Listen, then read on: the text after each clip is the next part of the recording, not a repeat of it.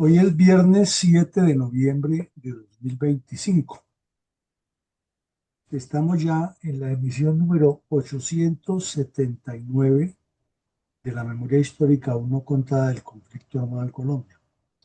Quiere decir esto que quedamos hoy a 121 emisiones de completar el icónico e importante número de 1000 reconstrucciones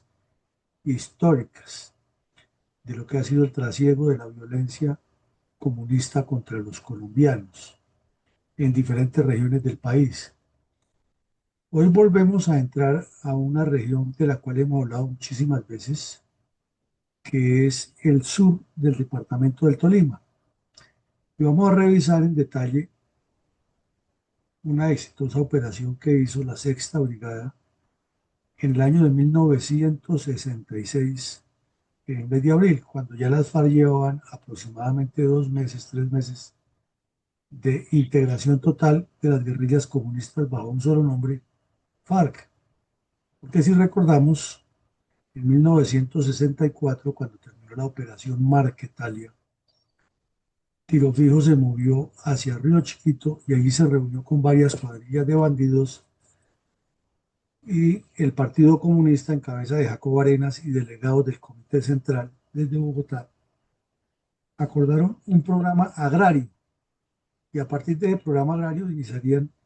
a preparar la unidad de todas las guerrillas de lo que llamaban el Bloque Sur, ya que había remanentes de guerrillas liberales que ya estaban orientadas por el Partido Comunista, guerrillas completamente comunistas y una campaña de reclutamiento de varios grupos,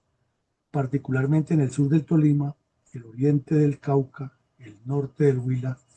el occidente del departamento del Meta y el suroccidente de Cundinamarca, además de un trabajo que venía realizando el Partido Comunista en las zonas de Cimitarra, en Santander, y Urabá, en Antioquia. Con base en esas actividades se fundaron las FARC y las fundaron para iniciar como un epicentro de despliegue ese nudo que se forma en la cordillera central con extensión hacia el Valle del Magdalena, hacia el Valle del Cauca, sobre el páramo de Sumapaz y sobre la cordillera central hacia el norte del Tolima, con el fin de ir desplegando hacia los 4 puntos cardinales la construcción de un movimiento armado que propendiera por la toma violenta del poder. El municipio de Chaparral traía como antecedentes que el señor Lleras Camargo les había permitido formar 4 repúblicas independientes en esa zona a las guerrillas liberales y comunistas, y finalmente los comunistas se han impuesto a sangre y fuego y los liberales se han unido como informantes o como redes de autodefensa al Ejército Nacional porque estaban en ese momento legitimados por la ley. Eh, Mientras en Bogotá y en el resto del país la campaña política presidencial era el epicentro del asunto, estas cuadrillas de bandidos seguían cometiendo delitos en varias regiones y avanzando en su proyecto de multiplicar las estructuras armadas del Partido Comunista. Por eso, en abril del 66 se presentaron unos fuertes combates en el sur del Tolima, en los cuales se le propinaron bajas, capturas, decomisos de documentos y otros elementos a las FARC. Adelante. ¿Cuál es la importancia geoestratégica del pintoresco municipio de Chaparral, ubicado al sur del departamento de Tolima, en particular por el asentamiento y las cuadrillas de bandoleros que años más tarde crearon la FARC? Bueno, ya tenemos el cuadro mental de dónde queda el municipio de Chaparral y la importancia que tiene hacia los 4 puntos cardinales, como acabamos de decir. Pero queremos agregarle varias cosas a esto ya desde el orden sociopolítico, geopolítico y estructural. Probablemente esa región del Tolima del Sur y el municipio de Chaparral en particular sean la demostración de muchas cosas de la realidad de la violencia. Primero, han vivido en ese municipio de, del cuento, por no decirlo de otra manera, porque el primer presidente que tuvo el Tolima fue un chaparraluno, el señor eh, Manuel Murillo Toro. Entonces de ahí se inventaron el cuento ellos mismos y se lo creyeron del chaparral de los grandes. Y a esa pujanza, porque la gente nativa de esa región es originaria de la raza Pijao y de unas etnias indígenas muy fuertes, nunca se doblegaron ante los españoles, pues se le sumó el mestizaje que vino después y fue colonizada esa tierra como el resto del país por hacendados. Pero el departamento se fue desarrollando y el Tolima, el sur del Tolima igual, de manera irregular, y allí se asentaron familias que mantuvieron el control de la producción en muy pocas manos y prácticamente en niveles de ignorancia a sus habitantes. Pero una que otra familia de esas siguió sacando personajes de cierta importancia social, política y económica en el país. Y entonces apareció el señor Darío Echandía, también nacido en esa región. Y ese todavía se encargó más de vender la idea del chaparral de los grandes. Pero la realidad es que pese a la potencialidad agropecuaria, agroindustrial y de desarrollo hasta ecoturístico, porque es una zona espectacular, con su subida hacia la parte más alta de la cordillera, en el sur del Tolima, con los demás municipios, se quedaron atrás y los comunistas sí vieron ahí un filón en todos los sentidos. Por eso cuando el señor Alberto Lleras Camargo, muy ansioso de vender humo, promovió la paz en el Tolima, el señor Echandía, que ya había sido presidente encargado, no elegido, sino encargado por situaciones del desorden político que caracteriza a Colombia, comenzó también su campaña abierta a que él debería ser el presidente en el 66. El problema que tenía era que al lado de él estaba un politiquero mucho más hábil de nombre Carlos Lleras Restrepo que se la ganó completamente la jugada. Entonces, el municipio de Chaparral siguió siendo como un símbolo de las intenciones politiqueras, pero en una realidad. Y los comunistas que vieron ese sector del Huila, el Tolima, el Cauca, el Caquetá, eh, lo vieron como el filón de donde podían asentarse, entendieron la riqueza agropecuaria de esa zona y la formalidad que le podían dar a unos proyectos autogestionarios controlados por el Partido Comunista. Y más que Tiroguido ya venía trabajando algo que han iniciado desde los años 50, que era la construcción de unos feudos de producción agropecuaria, maderera, cafetera, controlados por el Partido Comunista y formando una especie de soviets al estilo de como la revolución comunista rusa había implantado el sistema totalitario. Y las FARC o los guerrillas comunistas fueron desarrollando ese proyecto con la ausencia total tanto de los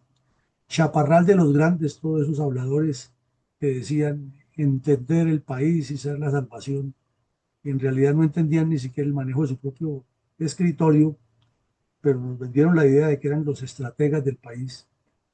y no fueron capaces de resolver los problemas de su región. Entonces se convirtió en una contradicción de una zona muy cercana a la capital de la República, ocupada, ocupando un sitio muy estratégico para el desarrollo del país, pero completamente abandonada de ese desarrollo y en manos de unas cuadrillas de bandidos que se dedicaron a la explotación maderera, a la cafetera, a la frijolera y a otros productos que llegaban, que lo sacaban como fueran mulas y lo vendían para las capitales, inclusive muchísimos de los muebles, pero muchísimos de los muebles que se fabricaron aquí en Bogotá y en Ibagué y otras ciudades eran con madera que salía de esa región y que a la vez terminaba el dinero financiando las guerrillas del Partido Comunista. Entonces, eso le agregamos hoy con más énfasis, porque pues ya tenemos claro dónde queda, lo que ha sido su historia y hacia dónde se proyecta. Entonces, de esa manera nos quedaría mucho mejor entender la responsabilidad de la dirigencia política que se autodenomina los chaparralunos de la grandeza, cuando no son sino un montón de habladores y vividores de la política. Podríamos describir el complejo mare magnum de intrigas políticas al inicio del Frente Nacional en abril de 1966, a partir de la carta no solicitada que el saliente mandatario Guillermo León Valencia envió al diario El Tiempo y que correlaciona y qué correlación tendría esta situación con la creciente violencia en Colombia. Bueno, esta carta ya la hemos referido en algunos episodios anteriores porque coinciden todos, pero como vamos separando uno por uno, entonces vamos puntualizándolo en cada caso. Resulta que ya el Frente Nacional terminaba su segundo periodo y el Partido Conservador terminaba el primer periodo que le correspondía. Salía de la presidencia el señor Guillermo León Valencia y vemos todavía, como se diría coloquialmente, lo pueblerinos que éramos para publicar en los medios de comunicación e inclusive a los niños, los colegios y las escuelas y a los estudiantes universitarios, prácticamente se les imponía que cuando se hablara del presidente de la República se refirieran al excelentísimo señor presidente de la República, doctor don Guillermo León Valencia, como si se tratara pues de un ungido del Señor o un ente superior a Jesús de Nazaret, porque generalmente se referían a Jesús de Nazaret, Jesucristo, pero cuando se hablaba de un personaje de estos había que antecederle todos esos calificativos, excelentísimo, doctor Don, y no era doctor porque no era médico, es más, ni siquiera era profesional, pero ya tenía títulos honoris causa. Eh, las mismas intrigas que ellos, los dirigentes de los partidos tradicionales, instigaban, promovían y estimulaban, estaban causando muchos resquemores por varias razones. Una, porque en el afán de opacar al general Rojas Pinilla, había este presidente de Valencia destituido fulminantemente al general Ruiz Novoa, que lo veía él y el Partido Liberal como un gran enemigo, habida cuenta de que si se retiraba y se lanzaba a fondo a la política, a la campaña presidencial, los iba a derrotar a ambos, a los liberales y conservadores, y entonces volvería el ejército o las fuerzas militares al poder ya por la vía electoral sin que nadie pudiera atajarlos, porque eran personas que tenían mucha más condición para gobernar a Colombia que ellos, que lo que eran unos politiqueros corruptos que repartían el poder. Pero al mismo tiempo, entre ellos se tiraban muy duro por el afán de que cuando llegara el partido de oposición, que en ese momento eran los liberales, al poder, se pretendería hacer una tabla rasa, o como decían los romanos, una tabula rasa, dejando todos los cargos del Estado en poder de los liberales y sacando todos los conservadores. Se rumoraba, no con escasez de razones, que el señor Valencia estaba montando desde el Congreso una cantidad de disposiciones para que al salir él de la presidencia quedara casi intacta toda la estructura que tenía el Partido Conservador. Entonces ya en un país que estaba acostumbrado a la violencia y a los choques y que estaba en vigencia tolerada por los mismos que estaban en el gobierno y los de la supuesta oposición, las cuadrillas de bandoleros de la violencia tripartidista. Entonces Valencia, sin que nadie le estuviera preguntando eso, salió ante los medios, particularmente al Tiempo, y les escribió una carta llena de elogios y artilugios, porque era, como todos los politiqueros de esa época, convencidos que el que más hablara bonito era el más preparado para gobernar a Colombia. E inclusive hasta en las familias colombianas se manejaba eso muy asiduamente. Hable muy bien, y que con hablar muy bien ya los problemas estaban resueltos. No se enseñaba a organizarse estructuralmente y administre muy bien, no. Con tal de que hablara bien ya era una persona muy preparada y tenía condiciones de liderazgo. Entonces escribió un montón de cosas ahí en el que resaltaba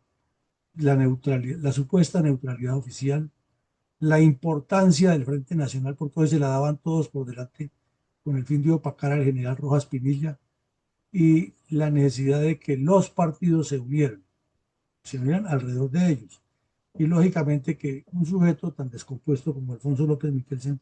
no siguiera haciéndoles daño en su avance porque le estaba bloqueando el acuerdo del Frente Nacional, que según ellos era el de la pacificación, a pesar de que en las regiones ellos mismos eran los que promovían la violencia. Entonces, ese es el contexto de esa carta y así es que debemos entenderla, que llegaba el Frente Nacional a su segundo periodo y estaba demostrando su fracaso y su incapacidad para gobernar estructuralmente. ¿Por qué se suscitaban tantos desórdenes estudiantiles en esos momentos en diversas universidades de Colombia? Los desórdenes estudiantiles dependían de varios factores. Uno, en que los comunistas,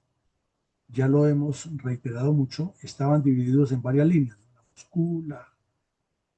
Habana y la soviética, y que a su vez al interior tenían serios problemas. Por otro lado, el MRL estaba muy cercano con el Partido Comunista Soviético, pero en medio de esas disensiones había jóvenes que se pasaban para cualquiera de las otras líneas. Y el Partido Comunista, el prosoviético, el tradicional, el más estructurado de los grupos políticos proterroristas en Colombia, estaba instigando la infiltración de los sindicatos estudiantiles. Pero hasta hace poco, hasta comienzos del 66, había estado vivo un terrorista que ha sido sacerdote de nombre Camilo Torres. Y ese delincuente había formado con estudiantes universitarios y los había estimulado muchísimo una federación universitaria nacional que ya venía preexistiendo, pero no tan estructurada desde años atrás. Entonces ya esa federación conseguía fondos, inclusive del exterior, de la cortina de hierro de otros países, y enviaba a muchos estudiantes de esos afuera del país, dizque a intercambios estudiantiles, y lo que iban a hacer era cursos de terrorismo. Y algunos de ellos ya militaban en el ELN, por ende el Cula Camilo Torres tenía mucha fuerza en esa Federación Universitaria Nacional. Cuando él se fue para el monte, pues todo eso quedó andando aquí en Bogotá, inclusive el terrorista Jaime Arenas, de quien hemos hablado varias veces aquí, promovía todo este tipo de acciones, pero ya había sectores de la iglesia, sectores de los sindicatos eh, y de otros grupos sociales que coadyuvaban a que cada vez que los estudiantes salían a hacer protestas, los apoyaban con hechos violentos y con acciones populistas, pero de riesgo porque era una desinstitucionalización. Entonces tenían varios argumentos. Número uno, que el Frente Nacional había sido un desconocimiento de la democracia, que no era ningún gobierno en pro de Colombia, sino que era la oportunidad que tenían los partidos políticos para prolongarse en el poder las castas liberales y conservadores, de lo cual no era que no estuvieran en lo cierto, estaban en lo cierto. El segundo punto que tenían era que no podía volver a haber un gobierno militar, ni un militar elegido porque eran los intereses del Pentágono. El tercer argumento que tenían era que la Alianza para el Progreso no era un proyecto de integración de Latinoamérica, sino un arrodillamiento ante el imperio yanqui, como lo llamaban. Y otro argumento que tenían era que los estudiantes deberían tener participación en la dirección de la proyección académica de las universidades, porque eso era la democracia, y en particular que el marxismo fuera el centro de desarrollo de la educación. Y ese problema se extendió hasta universidades privadas. Y vemos que en la Universidad Central Gran Colombiano, que se llamaba así, era una universidad privada, y los estudiantes instigados por el Partido Comunista causaron varios disturbios y daños en esa universidad e inclusive llegaron a pedir la renuncia del rector que era el dueño de la universidad. Imagínense ustedes, porque lo que era que democratizar la educación y pasarla al Ministerio de Educación controlada por el pueblo. Y así aprovechaban todos los desórdenes que ya venían desde hacía una década para causar terrorismo, contaban con el apoyo de los profesores de secundaria y primaria del resto del país. Entonces, cada vez que a los estudiantes les daba por paralizar el país, los docentes también lo hacían reclamando el oro y el moro y finalmente la educación primaria, secundaria y universitaria perdida y los pocos que medio avanzaban eran los que tenían acceso a entidades particulares, pero pues era una escasa porción de la sociedad. Por ende, eso ayudaba a multiplicar el analfabetismo, el atraso y en el caso específico de regiones como el sur del Tolima, donde no había entidades particulares de educación, pues mucho más atraso y mucha más falta de alfabetización y de conocimiento de las informaciones básicas que debe tener un ser humano para interactuar civilizadamente. ¿Cuál era la conducta de los dirigentes políticos liberales en ese momento, a sabiendas que producto de los acuerdos del Frente Nacional recuperarían el poder central sin dar la menor importancia al grave problema del bandolerismo bipartidista y el claro viraje que iba dando la situación hacia la barbarie comunista?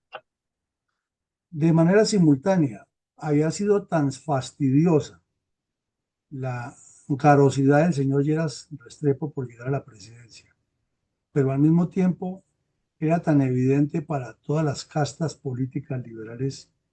y conservadoras cercanas a los pactos de Europa de la repartija del Frente Nacional que lo encontraron como el preciso porque como era un tipo cascarrabias, agresivo, grotesco y con una habilidad impresionante para mentir o para acomodar versiones en cada reunión, esas dirigencias lo vieron como el que era capaz de ponerle, según ellos, orden a sus intereses, no a los intereses del país. Entonces, si era capaz de ir al Congreso de la República y meterlos en cintura para que hicieran lo que le convenía a estas dos facciones, no lo que le convenía a Colombia, pero pues eran los que tenían el poder. Entonces, de manera cínica, se reunieron Darío Echandía, a quien lo catalogaban de expresidente. A nuestro juicio fue presidente encargado, es otra cosa, pero aquí en Colombia le dicen doctor a todos esos personajes y fuera de eso le subieron el ego. Y como él era el que había intentado opacar a Lleras al principio del Frente Nacional, pues tenían que meterlo ahí como la figura que legitimaba el poder en la nueva elección. Y se unió con él Alberto Lleras Camargo, que ha sido el primer presidente del Frente Nacional, muy hábil, hablador, muy poco ejecutor, pero muy hábil hablador y muy cercano con los medios de comunicación. Entonces este sujeto, unido con Echandía, le dieron el visto bueno del Partido Liberal y los demás, como los vemos ahí al fondo, todos maravillados mirando esa excepcional inteligencia de Gerard Restrepo. Y por el Partido Conservador, que andaba dividido eternamente en laurelistas y ospinistas, asistió el expresidente Ospina Pérez para darle el aval a la candidatura que inscribieron en Bogotá. Era el momento triunfal y estelar de 8 años de politiquería, de trapacerías y de agresividad verbal del señor Lleras Camargo, y estaban todos ahí celebrando. Obviamente el ala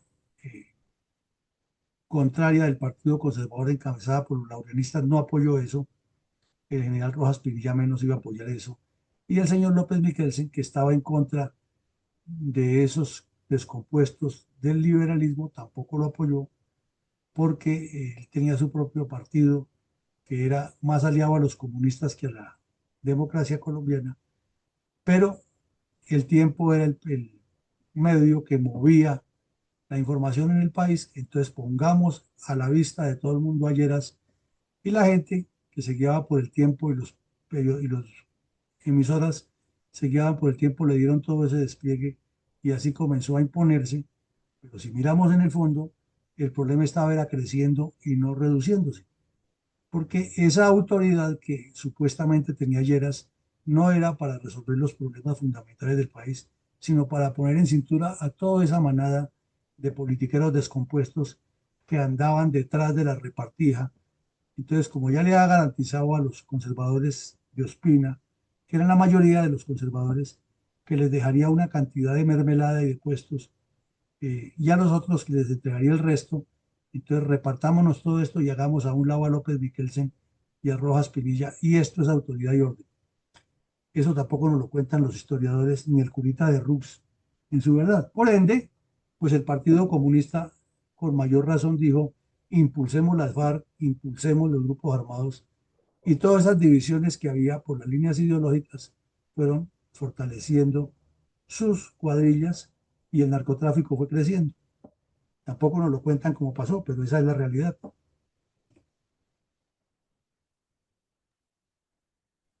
¿Cómo relataron los medios de comunicación los hechos relacionados con el contundente golpe contra bandoleros comunistas de la recién creada ASPA en Chaparral, Tolima, en abril de 1966, de acuerdo con un comunicado de prensa firmado por el coronel Alfonso Velázquez Mansuera, comandante de la Sexta Brigada del Ejército? Resulta que había un periodista de un diario que llamaba El Cronista, de apellido Prado. Y este señor no era un periodista formado en universidad ni nada, sino era un joven tolimense muy inquieto que se movía muchísimo por la zona y había hecho varias crónicas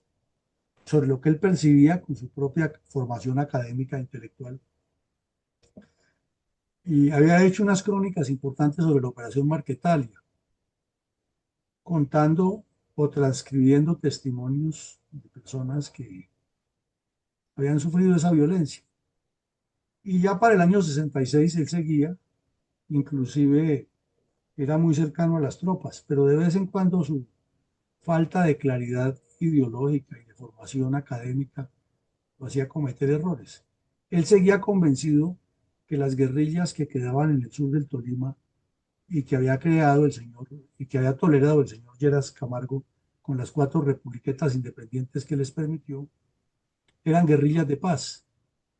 Entonces, la brigada, la operación, continuó sus operaciones en la zona, la brigada, porque ahí sí se tenía la claridad de qué era lo que buscaban los bandidos comunistas y los supuestos liberales del MRL que se iban volviendo comunistas. Entonces hubo una operación por allá y eh, se capturó a un bandido de esos. Entonces se publicó en el periódico El Cronista un- una noticia en la que se titulaba que había habido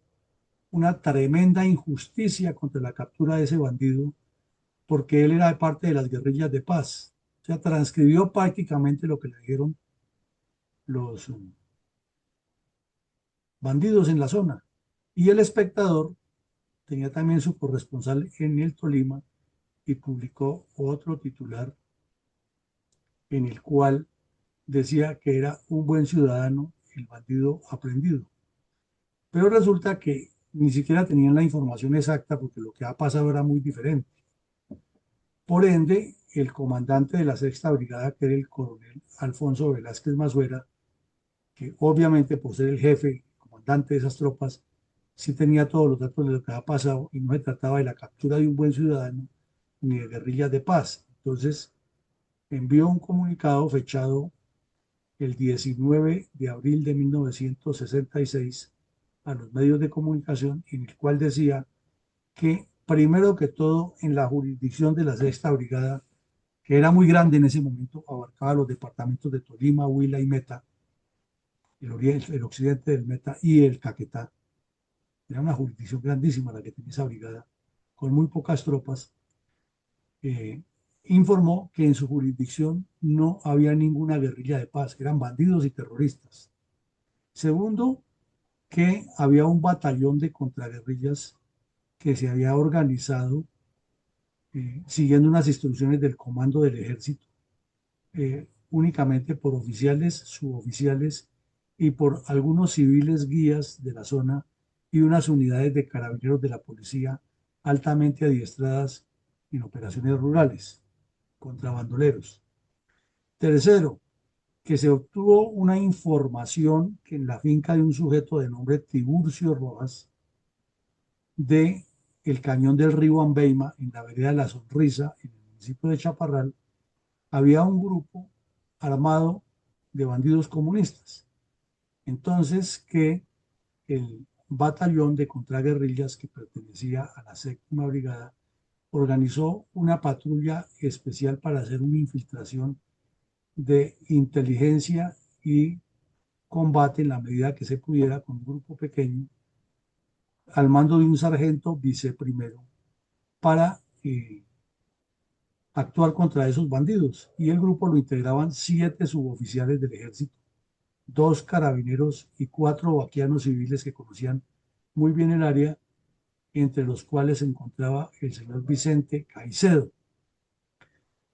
Describió que al llegar a la patrulla al sitio donde se encontraban los bandidos, eso había ocurrido a la madrugada del 10 de abril, o sea, hacía una semana larga, rodearon la casa para efectuar la requisa y con todas las medidas de seguridad. Pero en ese momento los bandidos les dispararon fuego, armas de fuego, especialmente fusil y pistola, y lanzaron 3 granadas de mano, de las cuales solamente estalló una. Desde luego las tropas, al sentirse atacadas, pues reaccionaron y dieron de baja a varios bandidos. Entre ellos estaba Hernando Liscano Molano, alias La Pianola, que era el segundo cabecilla de la cuadrilla de otro bandido que fue muy famoso en el sur del Tolima y muy amigo de Tiro Fijo, que le decían Arrayanales, de nombre Cesario Bahamón, perdón. Y ese bandido había pertenecido antes a la cuadrilla de un bandido liberal del MRL que le decían Mariposo y luego se ha pasado a las cuadrillas comunistas. Ese sujeto estaba siendo buscado por el secuestro de una señora eh, a quien llamaban La Tocha en el municipio de Ortega y el nombre correcto era doña Teodosia, viuda de Galindo. A, a ese bandido que quedó tendido en el suelo se le encontraron un revólver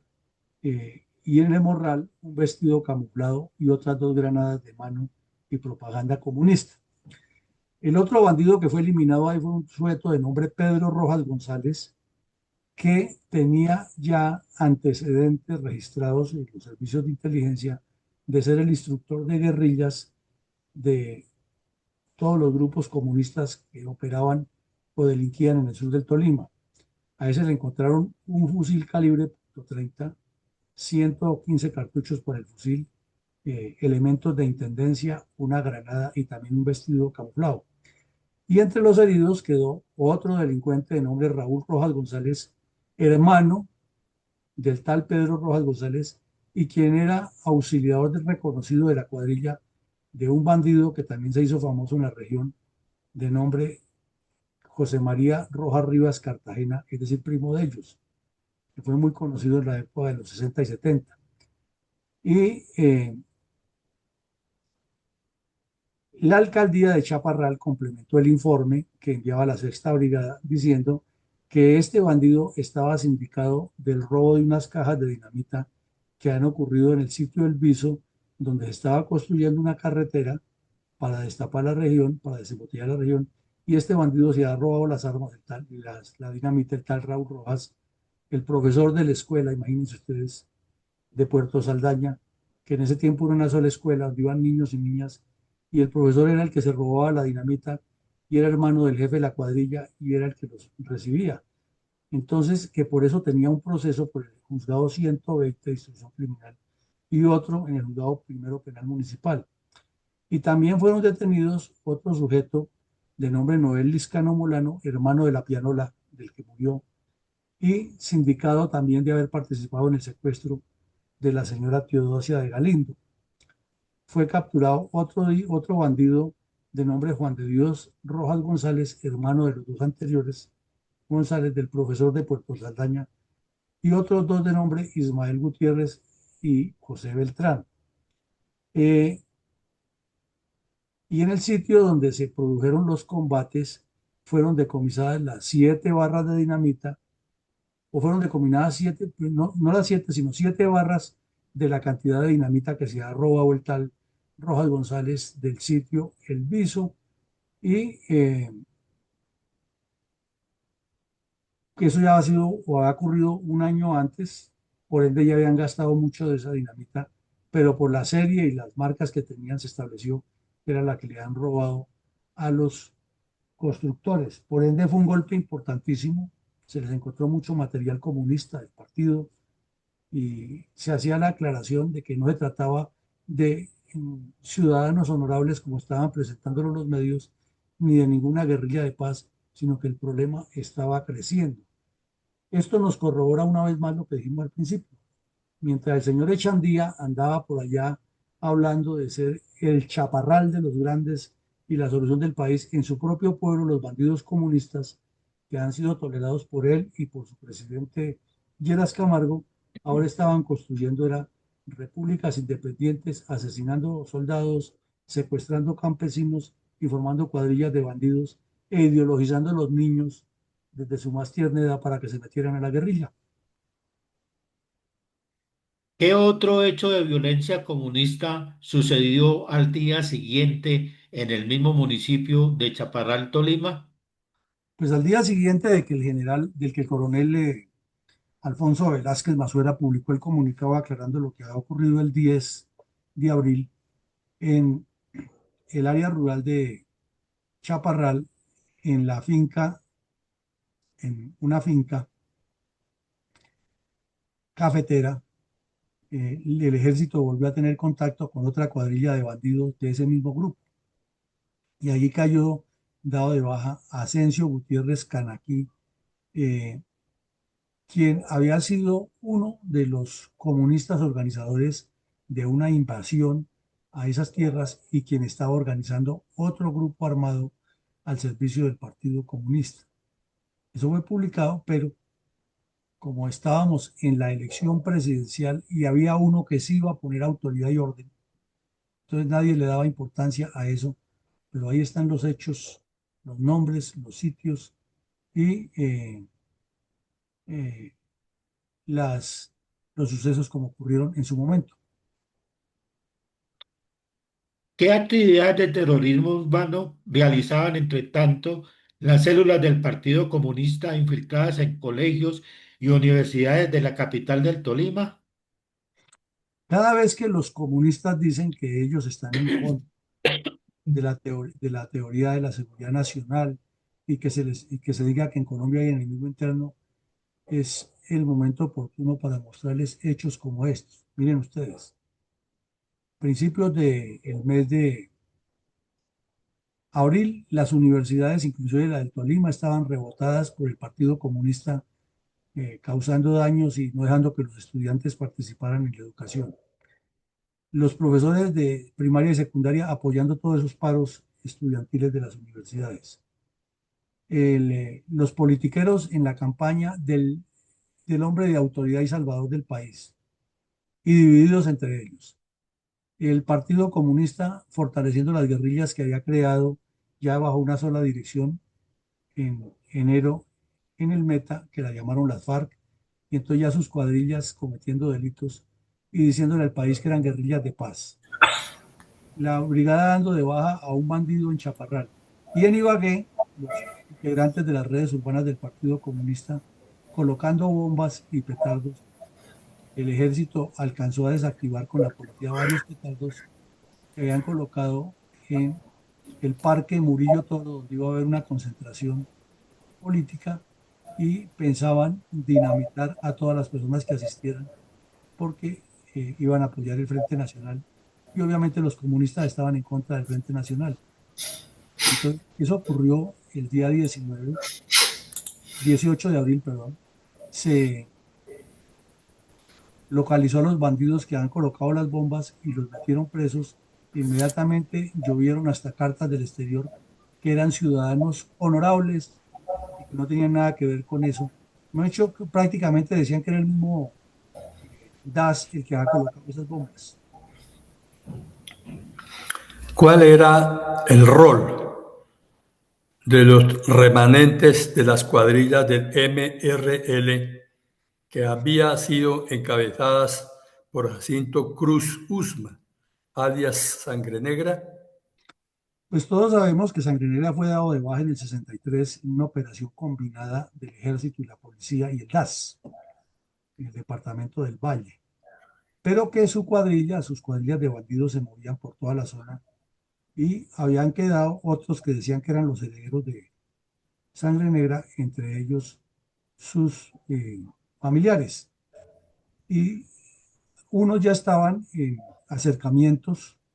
con el Partido Comunista para integrarse totalmente a las FARC y otros seguían delinquiendo con la misma metodología de barbarie que lo hacía Sangre Negra. Entonces, además de tener que combatir contra los comunistas, de tener que soportar la politiquería descompuesta de los dirigentes nacionales y regionales y de estar evitando acciones terroristas de los comunistas urbanos, a la brigada que tenía semejante jurisdicción tan grande de cuatro departamentos corridos, le tocaba también buscar a los remanentes de esas cuadrillas y combatirlos. Si nos remitimos a esa época, pues vemos que era una fuerza militar eh, a todo vapor y exigida al máximo, mientras los dirigentes políticos lo único que les interesaba era ocupar el puesto e inventarse el cuento que había un sujeto que sí tenía autoridad, pero no era autoridad para resolver estos problemas, sino autoridad para poner en cintura a los mismos de su especie. Por ende, era un cuadro muy complejo que aún sigue siendo similar con otros actores, pero con intenciones muy parecidas en todas las regiones del país. Nada ha cambiado hasta el día de hoy. ¿Qué hechos criminales cometía, entre tanto, el grupo terrorista de orientación procubana ELN? En esos días ocurrió en Bucaramanga un hecho que fue muy connotado, que ya lo hemos mencionado aquí también varias veces, que fue el asalto a, a una comisión del Banco de Colombia que viajaba protegida por unos agentes de policía de Bucaramanga a Barranca Bermeja con una gran cantidad de dinero en efectivo y estaban en el aeropuerto Joven Niño esperando la llegada de la aeronave para embarcar el dinero cuando fueron asaltados por terroristas del ELN y les fue robado en ese momento 500.000 pesos en efectivo, que era mucho dinero,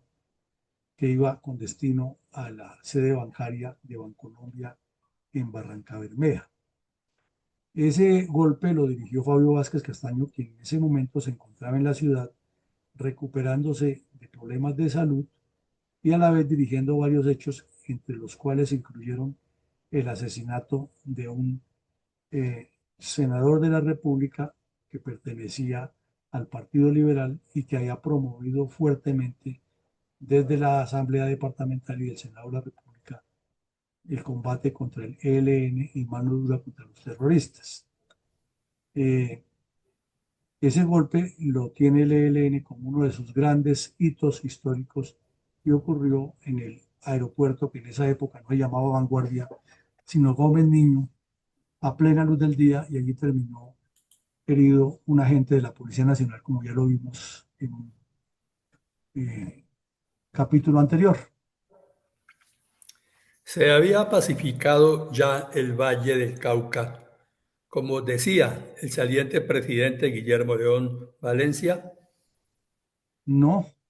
la realidad era otra en el Valle del Cauca. Se había disminuido la violencia tripartidista y ahora era casi unipartidista, pero aún quedaban, y unipartidista con el comunismo, ya eran las FARC las que estaban delinquiendo en el Valle por todas las regiones e imponiendo sus puntos de vista. Pero desde luego aún quedaban varias cuadrillas y uno de los que todavía sobrevivía era un bandido que había causado historia en la región por los crímenes que ha cometido, de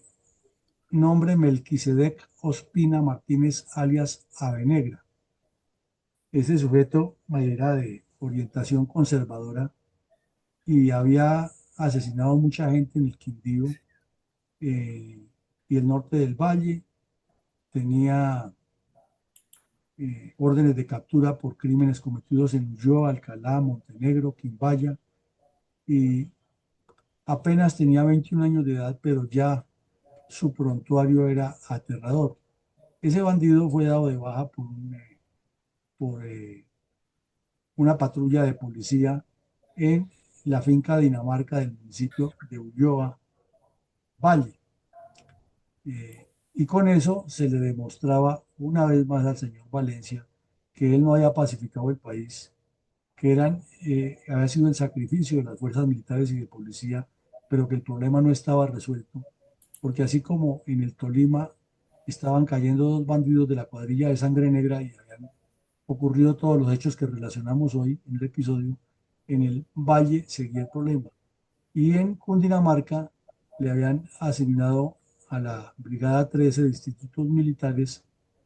el juicio de 19 bandidos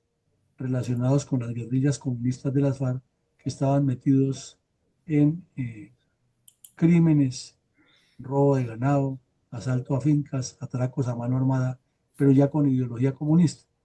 Entonces, muy distinto a lo que decía el señor Valencia, muy distinto a lo que los medios trataban de resaltar de los logros del Frente Nacional, a lo que ellos mismos publicaban como noticias de orden público.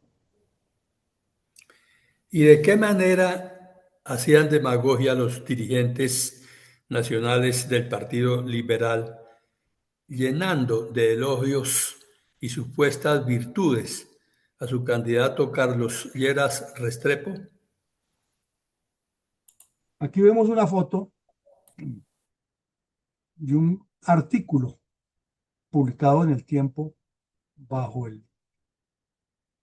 título Lleras no ha previsto milagros sino soluciones acordes, y un antetítulo que dice Hacia la transformación. Y el autor de eso se llama Virgilio Barco Vargas, que en ese momento ha sido ministro y era uno de los politiqueros que aspiraba a ser presidente y que tenía la misma ambición y garosidad de Lleras Restrepo, pero no la exteriorizaba. Y consideraba que era que su turno no ha llegado, pero que él manipulando las cosas, gracias a la herencia de su familia que tenía un antecedente bien complejo de la famosa concesión Barco Mares con la explotación petrolera de Colombia, él vivía de eso y del poder. Era un gamonal, hijo de un liberal de la guerra de los 1000 días, con mucho poder dentro de la dirigencia política colombiana, y poco a poco él iba ubicándose. Entonces, la cadena Todelar de Colombia y la radiocadena nacional, que estaban en poder de, por lo menos la radiocadena nacional, estaban en poder de los dueños del capital en Colombia, RCN, lo invitaron a hacer una conferencia en cadena para hablarle al país de por qué había que votar por Lleras Restrepo. Mejor dicho, haber reunido a Pericles, a MacArthur, a Rommel, a De Gaulle, a Churchill y a Franklin Delano Roosevelt en una sola persona, no alcanzaban ellos a tener la visión de Estado que tenía el señor Lleras Restrepo según Virgilio Barco. Era el hombre que iba a imponer la autoridad, que no iba a hacer ningún milagro, que iba a ser absolutamente transparente, que le iba a traer al país, especialmente al rural, que era el más conflictivo y convulso, soluciones acordes con la realidad, que iba a acabar con la pobreza urbana, que iba a retornar la gente al campo, que iba a multiplicar la construcción de viviendas dignas en las ciudades, que iba a abrir el país hacia la inversión extranjera. Mejor dicho, era la maravilla, y con esos argumentos Virgilio Barco se autoelogió él como el hombre visionario que estaba dispuesto a apoyar a su compatriota y copartidario en el manejo del Estado. El sindicato de trabajadores de Colombia, la UTC, que no era el comunista, sino era el que tenía influencia de los curas conservadores, muy rápidamente vio que para poder mantener los cargos que les había dado Valencia y la repartija de poder que el Estado iba creciendo, pues necesitaban estar en la jugada y públicamente salieron los directivos del sindicato a darle respaldo a Lleras Restrepo. No sabemos si los afiliados lo hicieron, pero el sindicato de una vez dijo, y ahí lo dice el tiempo para que vean ustedes cómo funciona la democracia en Colombia. Los jefes de la UTC se reunieron con Lleras y le dijeron que el sindicato les daba, le daba el apoyo a Lleras Restrepo. Y de paso, que la orden para todos sus afiliados era votar por Lleras. Punto. Orden, ya, arreglado el problema. Y terció también en el asunto el señor Echandía, el politiquero de Chaparral, el que hablaba de los chaparralunos grandes o de las grandes de los chaparralunos, eh, terció en el asunto diciendo que Lleras no solamente iba a gobernar con proyectos de Estado como los que planteaba el señor Virgilio Barco y en favor de los pobres obreros, como decían los de la UTC, sino que también iba a gobernar con la opinión pública, atendiendo los llamados populares y bla, bla, bla. Esto parece como de chiste, pero es la historia y es lo que le vendían al país en ese momento y es lo que la gente creía. Y por eso votaron por ese señor. Y pasados 60 años nos damos cuenta que no era un gobernante con la realidad, ni que gobernaría con la opinión, ni que estaba con los obreros, sino que era un politiquero más que ha tenido una ambición enfermiza de poder y que lo ha logrado por 8 años, por 4 años, luego de 8 de lucha incesante, pero que su gobierno fue la prolongación de la violencia y la apertura a que apareciera el M-19 y otros grupos terroristas y que el narcotráfico creciera más y no se resolvieran los problemas del campo. Triste realidad. Mi coronel, con reverencia rindamos un minuto de silencio con admiración y absoluto respeto en memoria de cientos de colombianos asesinados por las cuadrillas narcoterroristas de orientación comunista y sus cómplices durante 6 décadas de terrorismo contra Colombia, en este caso específico por el bandolerismo tripartidista de las décadas de 1950 y 60.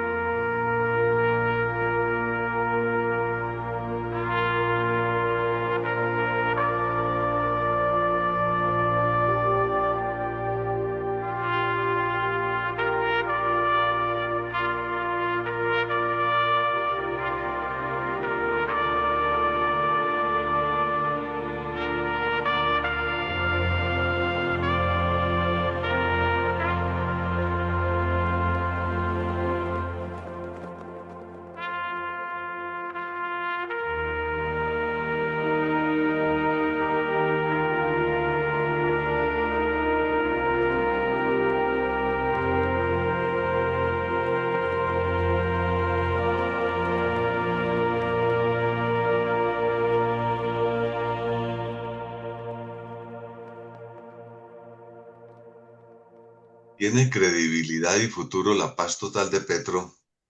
si vemos hechos tan concretos de la combinación de las formas de lucha terrorista que ha desplegado el Partido Comunista a lo largo de varias décadas de violencia despiadada de estos grupos delictivos contra los colombianos, y luego de reiterados engaños a la buena fe de quienes les creen sus farsas de paz? Pues sin lugar a equivocarnos, y viendo este evento del día de hoy y revisando lo que ocurría en el país, cómo se manipulaba la información y cómo se metía a la gente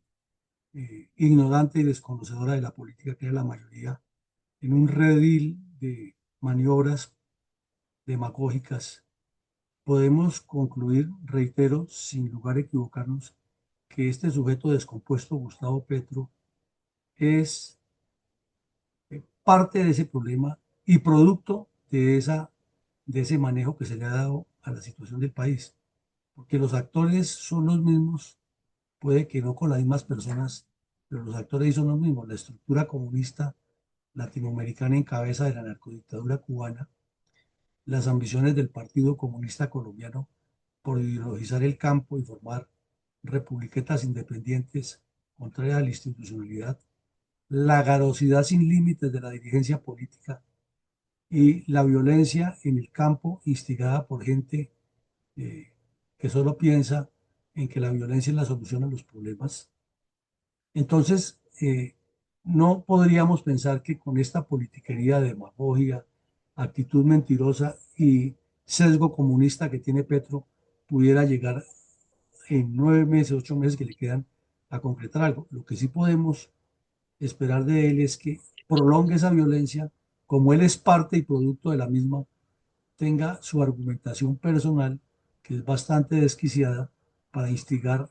a que se produzcan hechos contrarios todos a la ley, que es lo que han hecho los comunistas toda la vida. Síntesis, no hay ninguna posibilidad. Adelante, mi coronel, con su comentario de hoy. Mi coronel Villamarín, muy buenos días, señores oficiales, mi sargento mayor y todos los cibernautas. Bueno, el día de hoy con este tema tan importante, desde los inicios prácticamente en 1966 con las autodenominadas Fuerzas Armadas Revolucionarias Comunistas de Colombia, la he dividido en tres aspectos que me parecen esenciales, que es la conclusión militar, la conclusión política y la conclusión social. Bueno, entremos en materia. El desarrollo de la operación militar de la Sexta Brigada del Ejército Nacional en abril de 1966 en Chaparral, Tolima, contra las nacientes FARC, marcó un punto de inflexión en el conflicto armado colombiano, aunque no fue el fin de la insurgencia, sí dejó conclusiones importantes en tres aspectos. Así, en conclusión militar, demostración de capacidad de ofensiva, el ejército mostró que podía penetrar zonas de influencia guerrillera, como el sur del Tolima, donde las FARC comenzaban a consolidarse. Inicio de un conflicto prolongado. A pesar del golpe a las FARC, no fueron desmanteladas y el ataque evidenció que la confrontación sería de largo aliento en tácticas de guerra de guerrillas en zonas rurales de difícil acceso. En cuanto al repliegue estratégico que emplearon las autodenominadas FARC, este movimiento guerrillero terrorista aprendió a dispersarse, fortaleciendo su estructura en zonas como Marquetalia, Planadas y Río Blanco, lo que le permitió sobrevivir y crecer en el tiempo. Ahora bien, vámonos al campo político. Recordemos que el fracasó más bien el Frente Nacional en integrar a todos los sectores, pues el ataque reflejó que el modelo bipartidista excluía a sectores campesinos, lo que alimentó la insurgencia, la radicalización de la oposición armada en lugar de desmovilizar los grupos guerrilleros, se reorganizaron ese mismo año. Las autodenominadas FARC se formalizaron como organización insurgente con una estructura más definida. La militarización del conflicto interno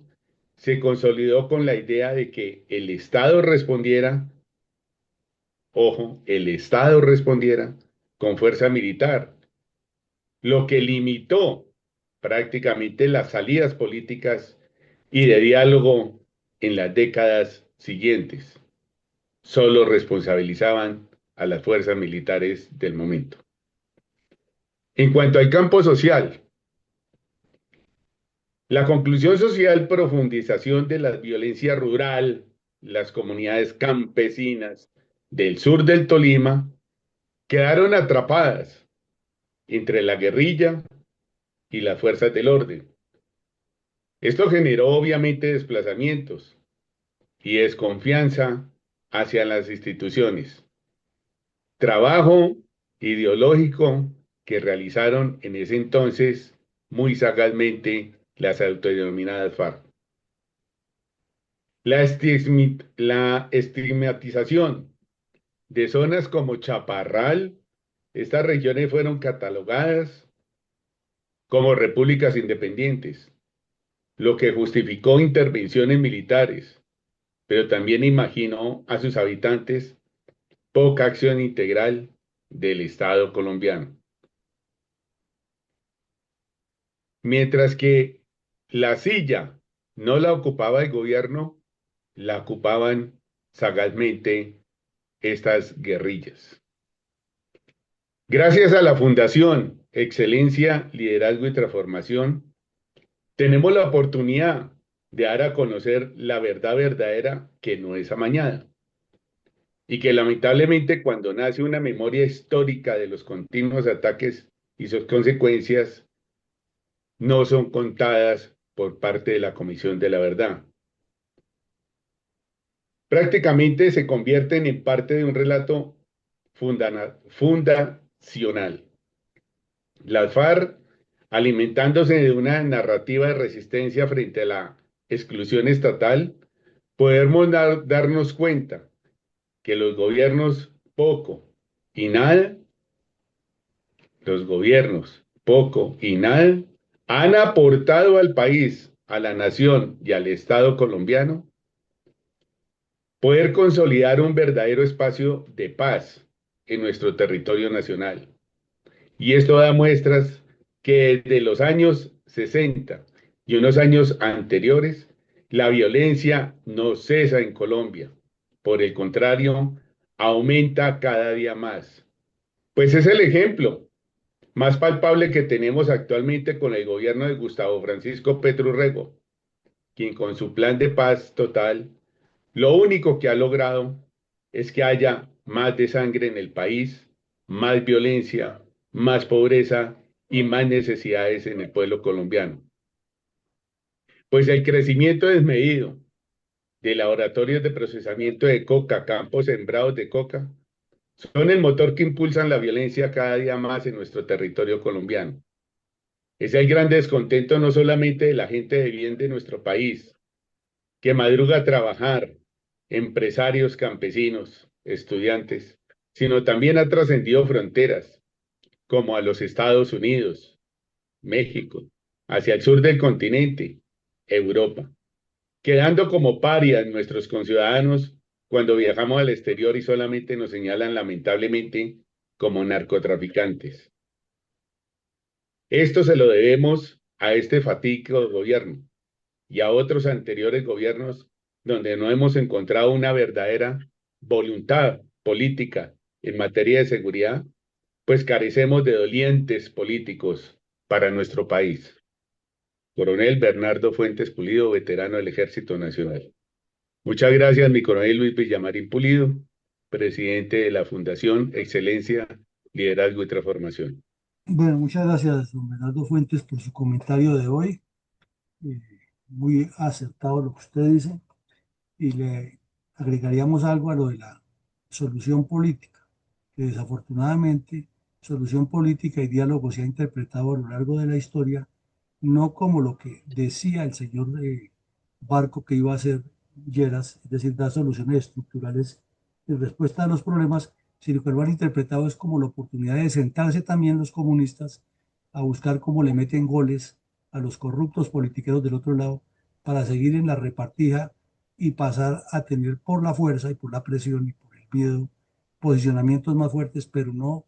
en aras de solucionar los problemas que existen, sino por el contrario, de agrandarlos y hacer parte de esa descomposición. Y eso es lo que hemos visto